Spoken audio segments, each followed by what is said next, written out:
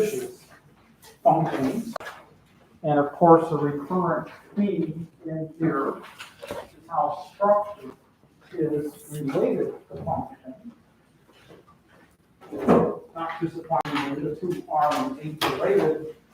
So before delving into how something works, you have to have a reasonable understanding of how something is put together. And in particular for musculoskeletal systems, you realize that parts of the skeleton are very important for limiting how things can be moved and transmitting forces. So a bunch of things are simply precluded by virtue of how your bones fit together. So for example, if you wanted to extend your arm past this point, you'd have a problem because the way that joint in your elbow is built limits the mobility of that joint. So too, some bones are connected to other bones. Various muscles are connected to bones. So it's actually possible to have a muscle attached to a rather remote location and have an effect on something to which it's not directly attached, but as long as there's a mechanical linkage there, then that is indeed a possibility. And actually a fair bit of stuff in the head of fishes is like that, okay? And as I mentioned last time, I'm hoping that you're able to generate a rather schematic sketch of the head of bony fishes, similar to what you have on your handout 5. And if you can do that, I cannot think of a better way to learn that material. So once again, a very bad way to study stuff we have here is to look at your handout, keep staring at the handout, and hope that somehow you remember that stuff. A much, much better way is sit down with a blank piece of paper, and when you have various anatomical diagrams and so on, make a sketch, you know. You don't have to be a Rembrandt to basically get all the parts in the right places. And then grade yourself, and then you know when you've got it nailed, okay? And of course, things become interesting after you know what is there structurally for how things move. And how things move depends on how they're attached to those things that generate forces, namely muscles, and how they're simply attached to other things that may move, as I mentioned very briefly. Okay, so I trust all of you have your handout 5 available for a quick reference. And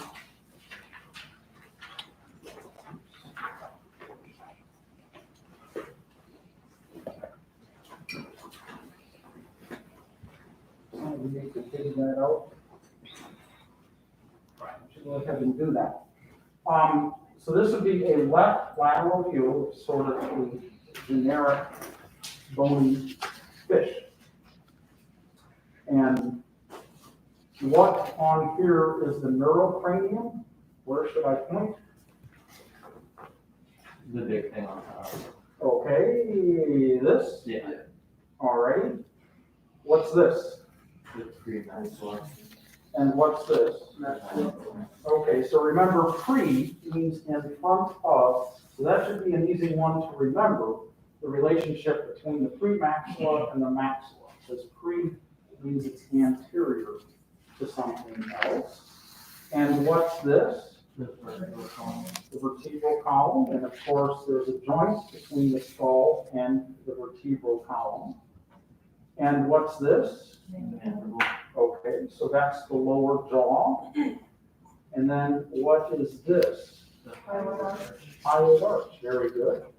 And then what's this? Yes, and actually there are a bunch of bones that make up that big bony plate. Commonly that's referred to as the opercular series. Exactly how many bones are in that big bony plate depends. This is one of the major differences between bony fishes and cartilaginous fishes. And in fact, the presence of that big flat bony plate has profound consequences for the capacity of bony fishes to generate suction, okay? And then what's this? The pectoral girdle, yes. Is the mandible the same as dentary? The mandible includes more than the dentary. So the dentary, and again, some of these gory details depend actually on the species. The dentary is a part of the lower jaw that usually has teeth, and hence the name, okay? But it's not the whole mandible. There's other bones in there that make up the mandible. Correct, sort of depending on the species, okay? So realize we just have one bone in our lower jaw. And our lower jaws are just painfully simple compared to the lower jaws of fishes and compared to the lower jaws of reptiles and amphibians that you're going to be seeing in lab, which have several additional bones in them. Very good. Okay. And then, of course, there are a lot of joints. Many of these joints allow movement, pivotal movements, in the sagittal plane. So that would be in the plane of this projection screen.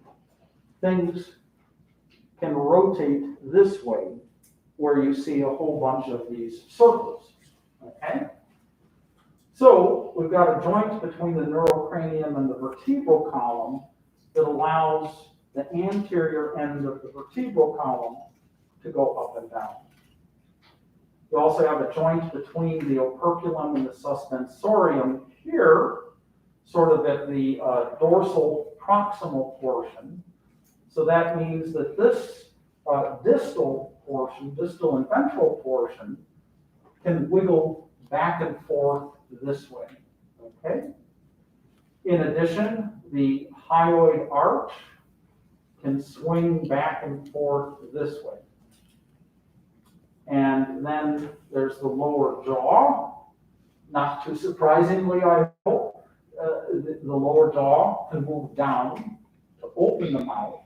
And here's that pivotal point, okay? There are additional movements that are possible outside of the plane of this projection screen. So envision a flat structure here parallel to the projection screen, and for the suspensorium, it can wiggle out this way. So the ventral end can move laterally. So if you envision my chest as the neurocranium, and my arms as the bony plates that make up the suspensoria, they can wiggle back and forth this way. So too, the opercular series of bones can go back and forth this way. Now, of course, all these bones combined with some of the soft tissues enclose spaces. So if you have bones plus soft tissues enclosing a space, and if you go from this to this, what happens to the enclosed volume in that case? Opens. Or the volume Increases. And then what mechanical consequence does that have that's of great importance for us understanding this system? Suction. That generates negative pressure, commonly referred to as suction, okay? So the reverse of that is if you squish a space, you're going to generate a positive pressure, okay?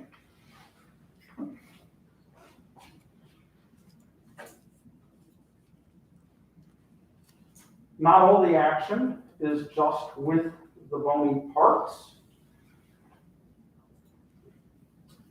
There are ligaments that make mechanical connections that are very important to keep in mind, as well as the joints.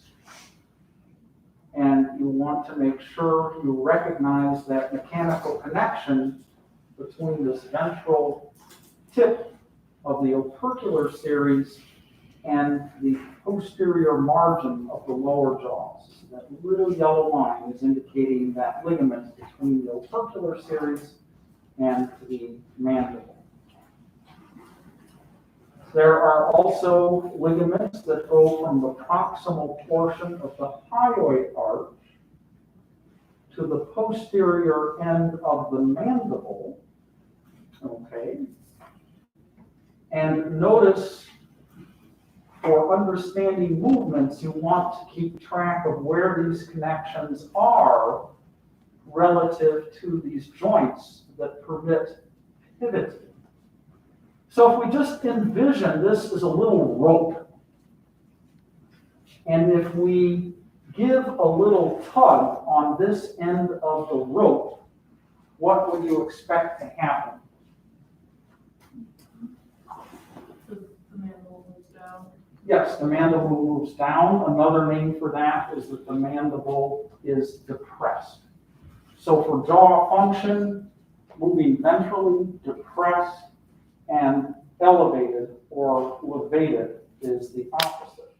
You'll also see some synonyms of that for jaw movements, where adduction refers to closing the mouth, and abduction refers to opening the mouth.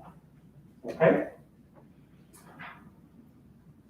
So we've got two little ropes that can tug on that posterior part of the mandible.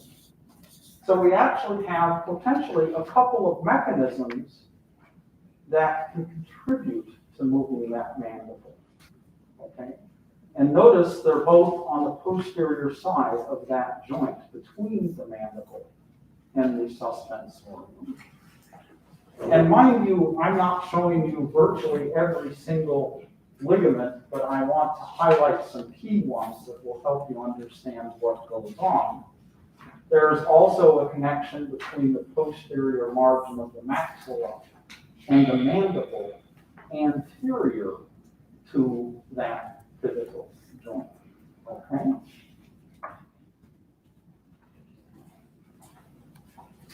Well, so much for connective tissues. Now, layered on top of the bones and of the connective tissues, we want to consider what are some of the relevant muscles. The epaxial muscles are dorsal to the centra of the vertebra. The fibers are more or less oriented lengthwise along the long axis, parallel to the long axis of the fish. Remember that when muscles are active, they generate tensile force. They don't generate forces that go this way from end to end. They generate forces that go this way from end to end. Tensile force. Depending on the resistance to that tensile force, realize that muscles can be active and shortened, but muscles can also generate tension without a length change. So if you just hold your arms like this, give that a try. Have your forearm parallel to the ground. Keep a right angle at your elbow. As long as that angle is constant, you have a biceps muscle here. You can feel the tendon right here that attaches to the forearm. And the reason your forearm isn't moving is because this muscle is being active, but it's not contracting. So we're going to be very exacting in how we refer to muscles. When I'm going to refer to muscles being active, that means they're electrically active, they're generating tensile force. do not assume that a muscle shortens. That's why I don't like to use muscle contraction as a synonym for muscle activity, because my muscle's active now, but it's not shortened. If I do this, if I flex my elbow, that's muscle activity during shortening.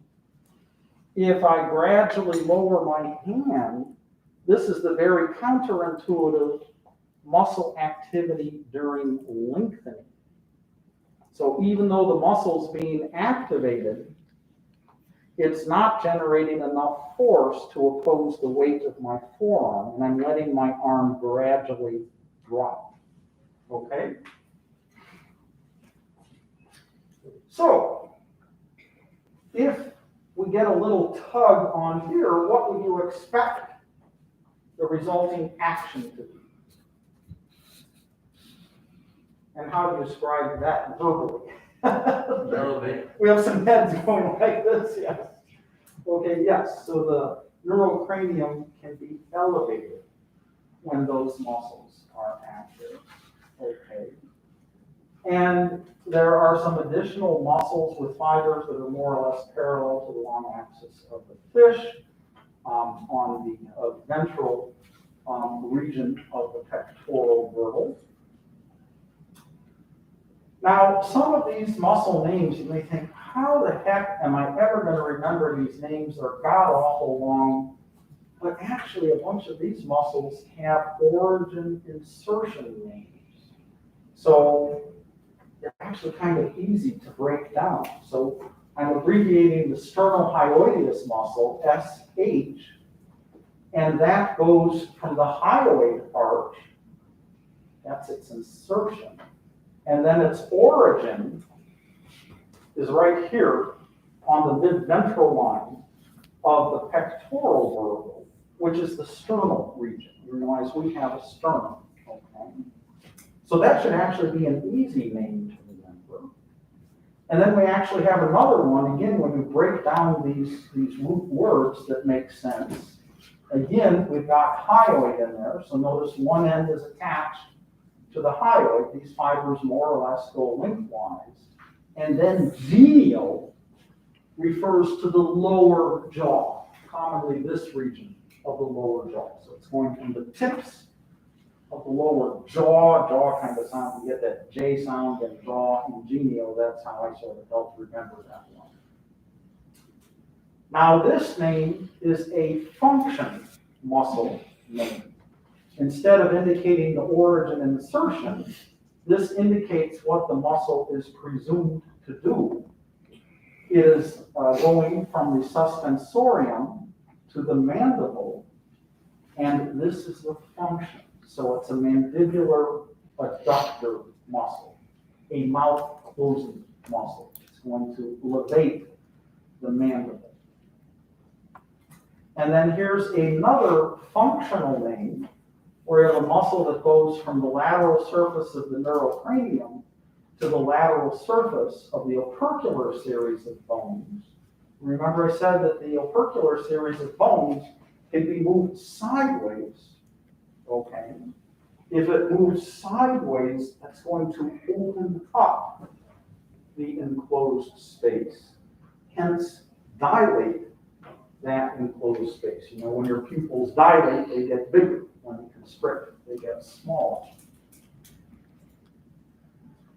And then here's another function muscle name, the Levator Operculide. So it attaches to the dorsal margin of the operculum, and it's arranged so that it raises this part of the operculum. Now realize the operculum has a joint here. This is a rigid structure. So although this is being levated, the distal end is actually going to be depressed, lowered, and moved posterior, which is also known as retraction. So protraction means to move anteriorly, retraction means to move posteriorly. Okay? And then you've got some additional muscles shown on handout 5 that are best illustrated in a transverse section. You have the suspensoria coming down from the brain case, and again, this is a function name, namely the abductor arcus palatini. I know that's a mouthful, but at least part of it betrays the function. The palatine is part of the suspensorium, and if it abducts, that means it moves those bony plates this way.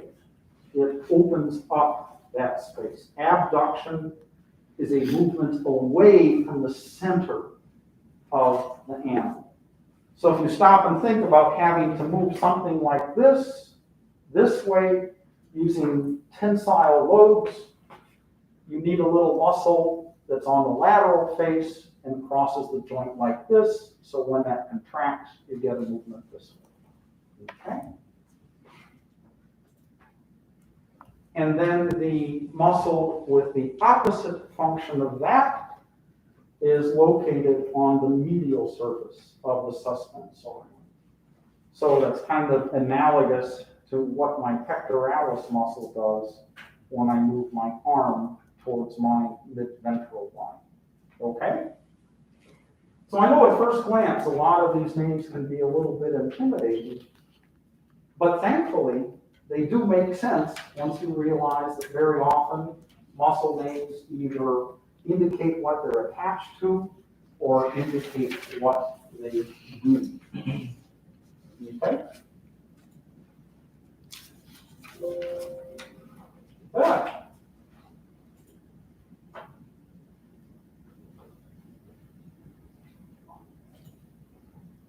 Huh.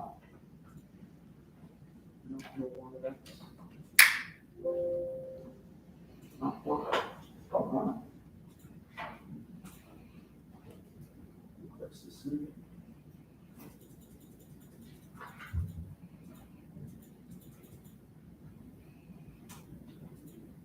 Let's try this.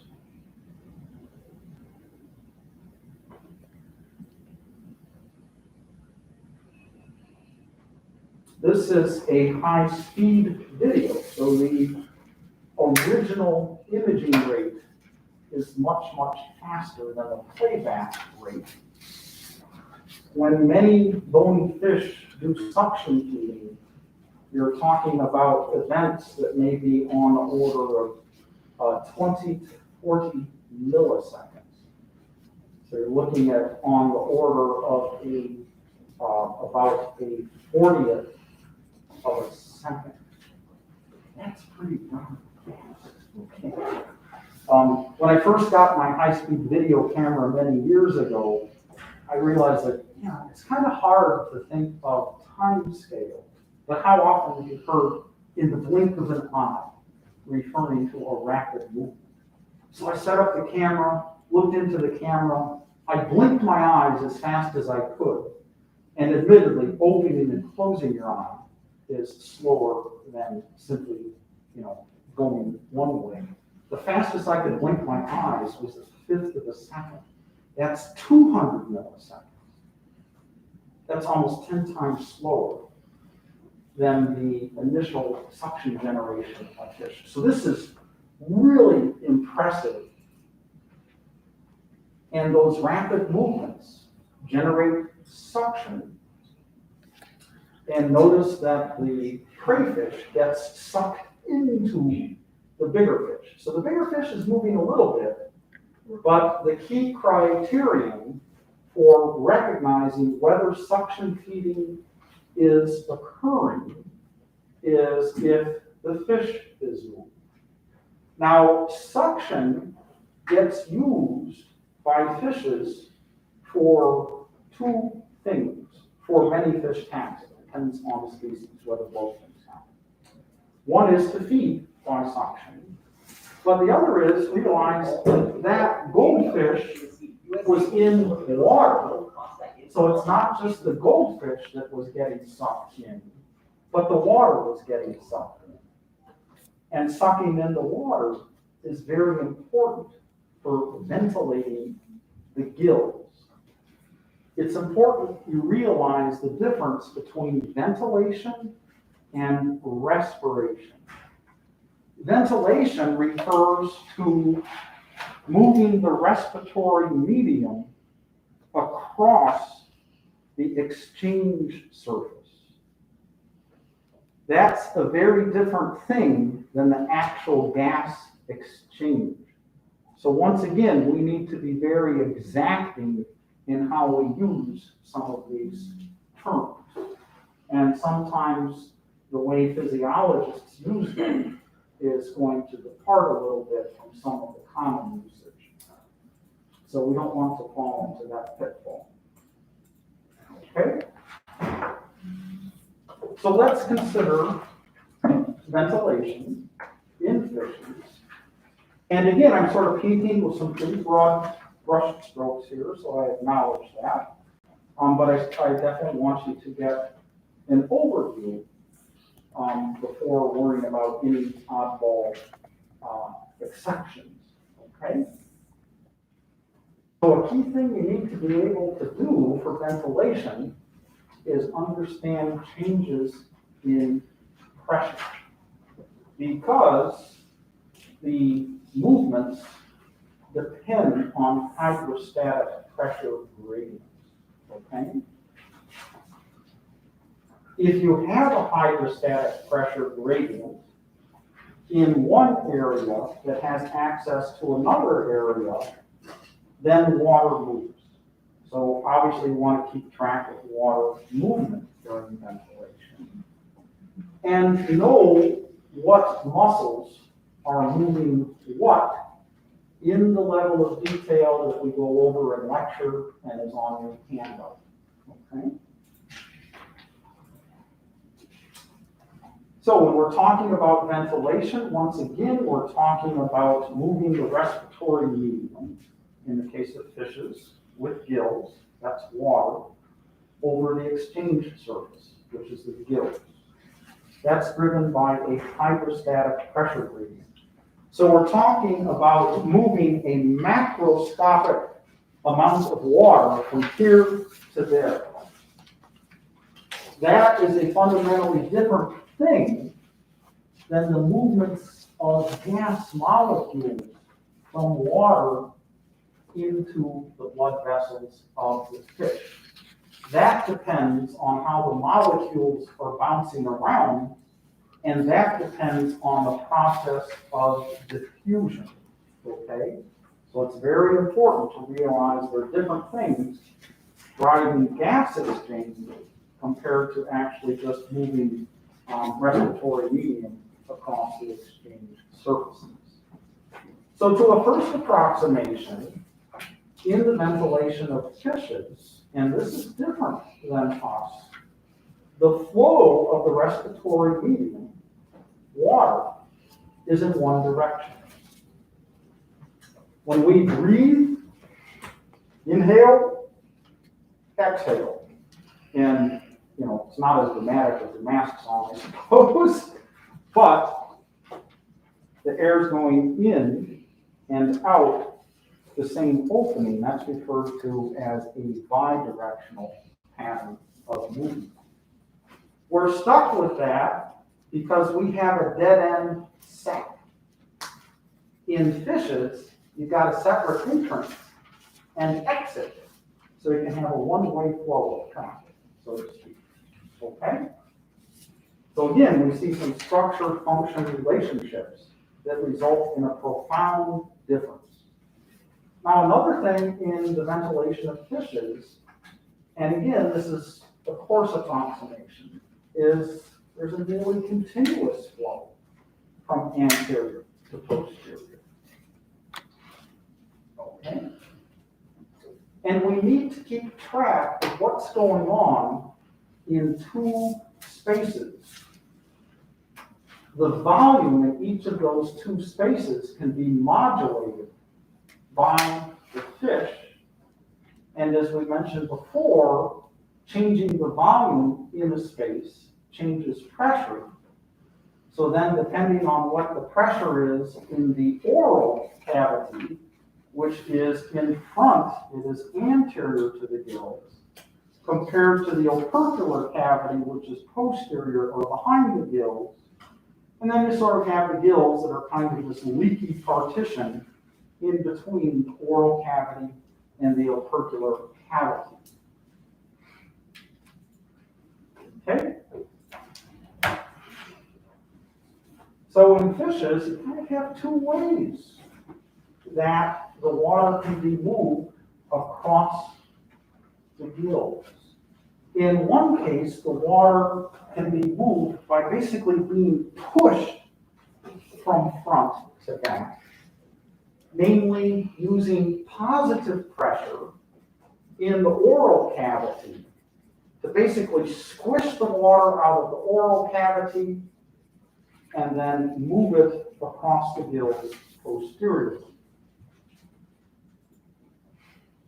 But there's another way it can be done. Think of a vacuum cleaner and the ability to suck things up. That opercular cavity can expand, and when it does so, it can generate very high, I should say very large magnitude negative pressures and pull the water across the gill. So I think it's kind of neat that there's two different ways of accomplishing the same end. Squeeze the water out of the anterior chamber, or suck the water from the anterior chamber to the posterior chamber. Does that make sense to everybody? Okay. So let's go into a little more detail for what happens during this pushing of water across the gill. We have spaces that can be closed off.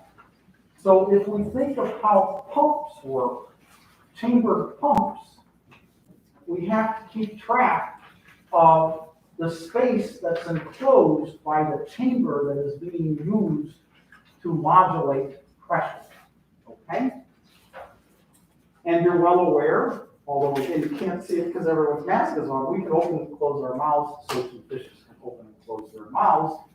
So let's actually think of that as a valve that can be either open or shut.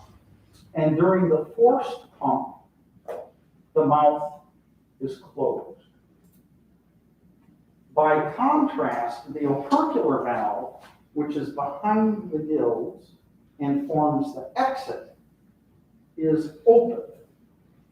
So the most anterior valve is closed, and then you have sort of the sieve-like gills in between the oral space and the opercular space, and then the exit is open. And then that volume in the oral cavity is decreased. That is going to do what to the pressure? Squeeze. Increase pressure. And in fact, this causes a very large positive pressure in the buccal cavity. And even though there is a simultaneous increase in pressure in the opercular cavity, it's not as big as the increase in pressure in the oral cavity. So oddly enough, in both of those cavities, you have positive pressure, but that positive pressure anteriorly greatly exceeds the posterior pressure. Therefore, you have a hydrostatic pressure gradient between those two spaces going across the gill. So if you have a greater buccal pressure than opercular pressure, that sets up the directionality of the flow. The flow is always from a greater to a lesser pressure. But of course, you need a valve to be open for that to happen between those two spaces. So you have movement of water from the buccal cavity to the opercular cavity. But there's this other space we have to keep track of, right? What's happening in the opercular cavity? Well, the valve to that behind the gills is open. So if you have a positive pressure in the opercular cavity and the opercular valve is open, what happens?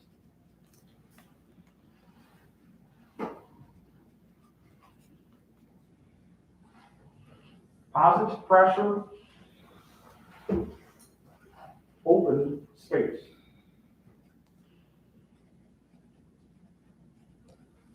Would it flow through? Yep, goes out. So our reference pressure, ambient pressure, is 0. Okay? So if you have a positive pressure relative to ambient, you're going to go from inside the animal to outside the animal. If you have a negative pressure inside the animal relative to ambient pressure, it's going to go into the animal. So that's the exit. That's some of the one-way traffic, so to speak, that we're talking about. So water is going to exit that opercular cavity via that open opercular valve. Okay? But there's another way of doing things, as I mentioned. That's sucking the water across the gill. Now, during this, we see a flip-flop for what's open and what's closed for the valves. So the mouth is open, and the opercular valve is closed. So we see a reversal in the states of those two valves, and that has important consequences. Okay. The buccal volume is increased by expanding those suspensoria and depressing the floor of the mouth. So what's that going to do to the pressure? It's going to generate a negative pressure. Okay? Well, what's going to happen in the other chamber? We also get a negative pressure, but the magnitude of that pressure decrease in the more posterior chamber greatly exceeds that of the more anterior chamber. Okay? So, once again, even though both pressures are negative, we see that we still have a greater pressure in the buccal cavity than the opercular cavity. So the direction of the hydrostatic pressure gradient's the same, and water flows from anterior to posterior across the gill. Okay?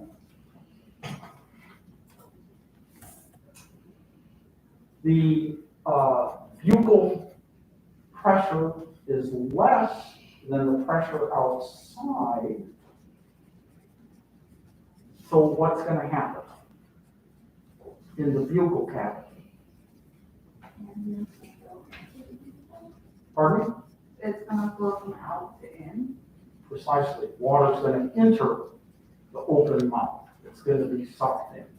Okay? So you simultaneously have water getting sucked into the buccal space and sucked from the buccal space to the opercular cavity. And of course, that means it's flowing across the gill. Okay?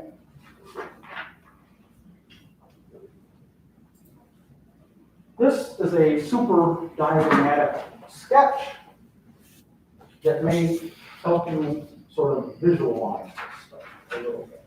Okay? So this is the front end of the fish, and I'm drawing a line across here to indicate that the mouth is closed, and it's sort of cartoon diagram. And then these little chevron structures I'm using to represent the gill. So this space between the gills and the mouth opening is the oral cavity, also known as the buccal cavity. And then here is the opercular valve. So realize that you've got the opercular series of bones, and then the branchioscoples and all of the skin and membranes that close things off back here in a fish. And when I draw it like this, that's indicating there's an opening between those bony structures and the body wall of the fish.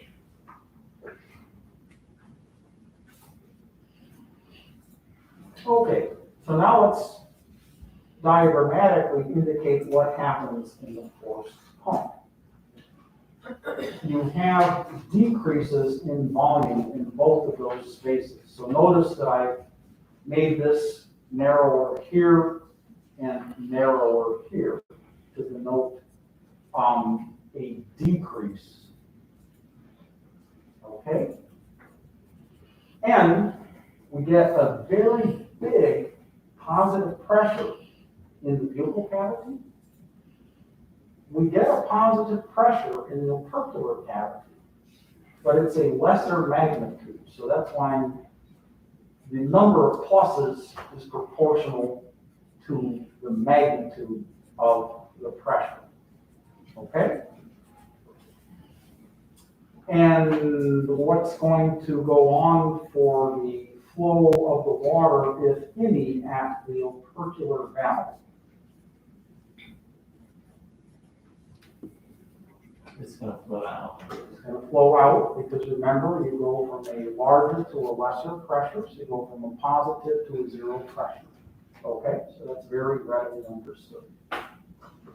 And you've got a greater positive pressure here than here, so you get water flowing across the gills and out of the animal during the forced pump, just as we described with words before.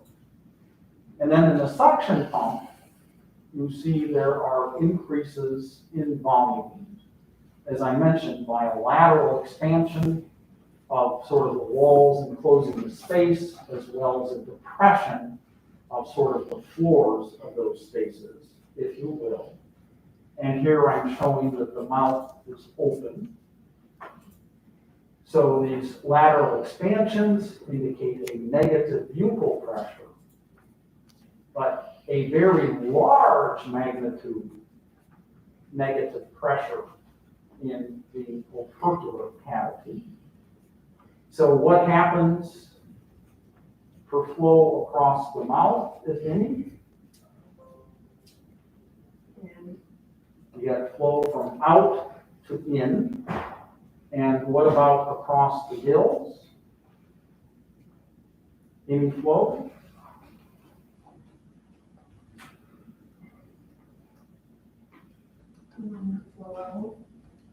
Well, we're not talking, it flows past the gills, okay? Doesn't go out of the body, but there's enough increase in volume here to suck water from the buccal space to the opercular cavity, okay? And unlike in the forced pump, this is closed, so water is not exiting during the suction pump, despite the fact that it is moving across the gills, okay? All right, that brings us to this plot of pressure versus time. And again, does everyone have that color handout? Photocopy for your handout 5.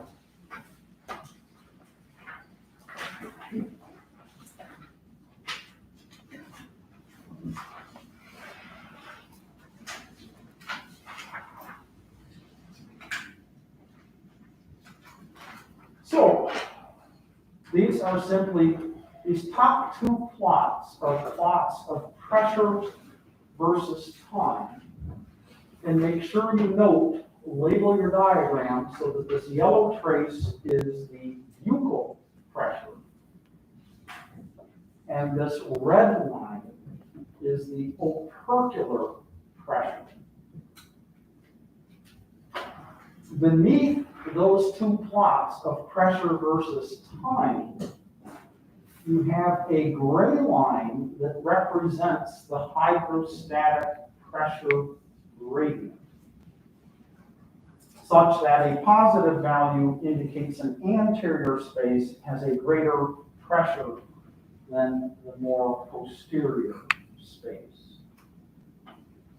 And you know what? This line is simply gotten by adding these two together. Okay? It's just that simple. All right? So notice that we've got two bumps, two big bumps, and then we have something that's hovering around 0. So even though here we have water getting pushed and water being pulled, some of the details differ, but we still have big hydrostatic pressure gradients during both the forced pump and the suction pump.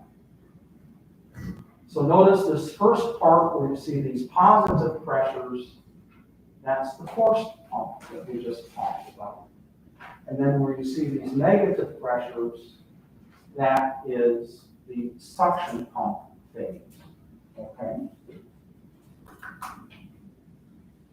So if we just see the time course of events, notice that during the forced pump, we follow this yellow trace, we get a very large positive pressure. And subsequently, we get a rather modest negative pressure. So another thing to label on your diagram that's very important is that 0 is right here on both of those diagrams. Okay. So anything above the horizontal axis is positive, anything below is negative. Does that make sense to everyone? Okay? Big positive, little negative. And we kind of see the flip side of that in the opercular space, where we get a rather modest positive pressure. And then we get a great big magnitude negative pressure. So we got a big old Hoover vacuum working in the rear end of the animal to pull that water across the gill.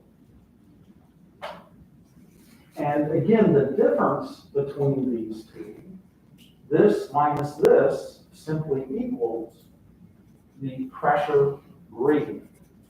And again, the sign convention that we're using is that if we have a positive pressure gradient, that means we have the greater pressure in the anterior space compared to the posterior space. So this gray trace is just the sum of those two. Okay? And that first chunk of the pressure gradient is a pretty decent size.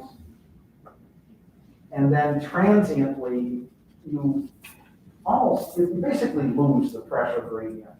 This region is actually highly variable among fishes. For the sake of simplicity, pretty much think of this as just effectively being 0. Right? And then you get this great big positive pressure gradient once again. Okay? Now, these different colored bars indicate the state of those very important valves, where the red bar is going to indicate that the operculum is open. And then the yellow bar indicates that when the mouth is open. So notice that transiently, you have a very brief time when both valves are open. And you have a very brief time when both valves are closed. But you have a very long period of time where one is open and the other is closed. And that corresponds to what we discussed for those forced pump and suction pump phases of ventilation. Okay? So if we go from left to right here and follow the time course of what's going on, both the mouth and the operculum are closed. And then we've got the operculum open while the mouth is closed. And then here, they're both open in that transition between force pump and suction pump. And then we have the mouth open while the operculum is closed. Okay? So, for all practical purposes, whenever we have a pressure gradient, it is always a positive pressure gradient. And that draws the water across the gills in one direction, from up to back.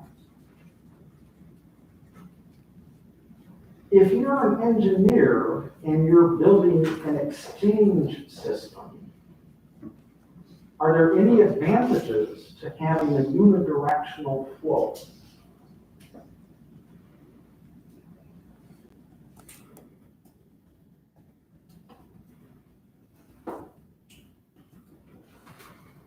What if I tell you, to a coarse approximation, that unidirectional flow of the respiratory medium containing the oxygen is opposite the overall flow of the blood? It's a little more complicated than that because the structures aren't exactly lined up parallel.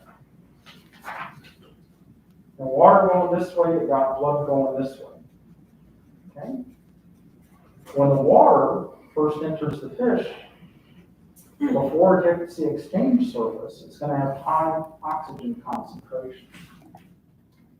But then, because there's gas exchange, the levels of oxygen go down. Now, if you think of what's happening in the blood, after the blood has had some oxygen exchange, it's going to be richer in oxygen. But when the blood first enters the gill, it's oxygen depleted.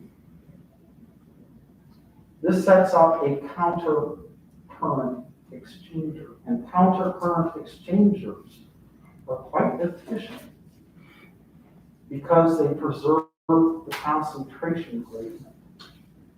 And the driving force behind the diffusion of gases depends on the partial pressure of gases in the water and in the blood.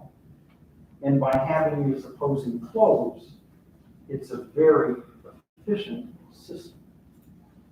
And one that we lack and will never have, sad to say, because we have bidirectional flow of air and very complicated flow of air in our lungs compared to the flow of respiratory medium across the gills of the fishes. Okay? A good way to master this stuff, again, is sit down, blank piece of paper, and make a sketch of this stuff. Label all the parts, understand the consequences of this being greater than this being greater than this, how that gives rise to this, and then you got it. Okay? Next time we'll do a little mock-up of how the muscles are used in ventilation. And then, well, once you understand how ventilation works, it's actually very easy to understand suction feeding, because that's basically just the events that happen during the suction pump, scaled up rapidly for suction feeding. Okay, we'll see you next time.